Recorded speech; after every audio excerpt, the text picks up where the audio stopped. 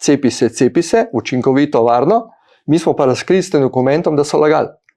Se pravi, celotna stroka, celotna vlada in mediji so lagali, da so cepiva učinkovita in varna. To, kar ste vi zdaj rekli, imate za to dokaze, če jih nimate, se verjetno zavedate, da vas lahko Lojze Peterle toži. Seveda, seznam, zdaj je že po sodni praksi jasno, da če si na seznamu Udbe z šifro, je to dovolj, tudi če dosjeja ni, ne? Ker moramo povedati, kaj se je zgodilo, kje je izvirni greh te naše države. Major v uniformi protestira pred parlamentom in so me skušali zvabiti v politično stranko SDS-a. Ja.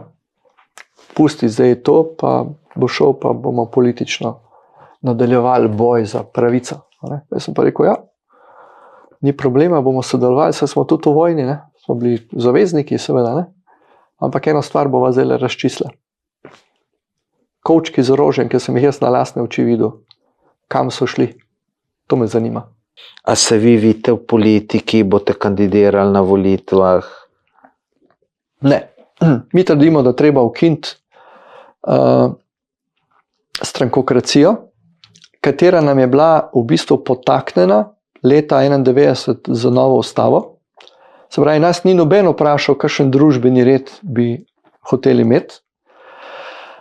Nismo na primer napisali v ustavo, kaj bomo naredili z družbenim premoženjem, ki bi mogli v ustavi postaviti varovalke, da ne bi noben ukradel lastnino na napačen način. No in zdaj smo pri tem, jaz sem tukaj dozoril, pa tudi ljudje, ki delajo z mano, do tega, da smo pripravili novo ustavo oziroma novo družbeno pogodbo, katero bi lahko imeli že leta 1991, izhajajočo iz Karantanije, kjer smo imeli neposredno vladavino ljudstva. Jaz sem zabil zdaj od leta 1998 sem šel pred parlament. Od takrat sem postal javna oseba in od takrat do danes sem zabil toliko časa, da smo prišli do tega, da imamo načrt, katerega je treba samo speljati. Vse se da, če se hoče, bom uporabil vaš izraz.